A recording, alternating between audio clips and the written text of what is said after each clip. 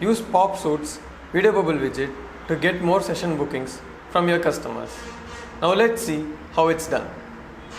To book a meeting via Calendly, select a widget, click Edit, and scroll down to the call to action settings. Select Calendly over here and enter the username, the Calendly username. So mine is Popsuite. I'm entering it. Scroll down and update the widget.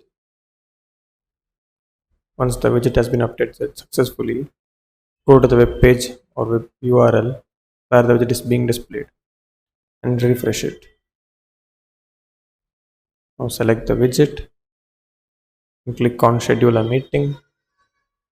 This takes you to the Calendly meeting. In case, let's say if you have preferences, like you have 3 to 4 meetings and you want to direct to one among the 3 to 4 meetings.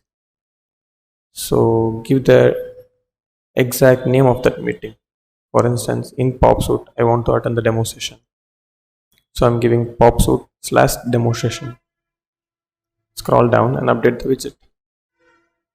Once again, go to the web page where the widget is being displayed and refresh it. So now when you click the widget and click on schedule a meeting, this takes you to the exact meeting among the 3 or 4 meetings.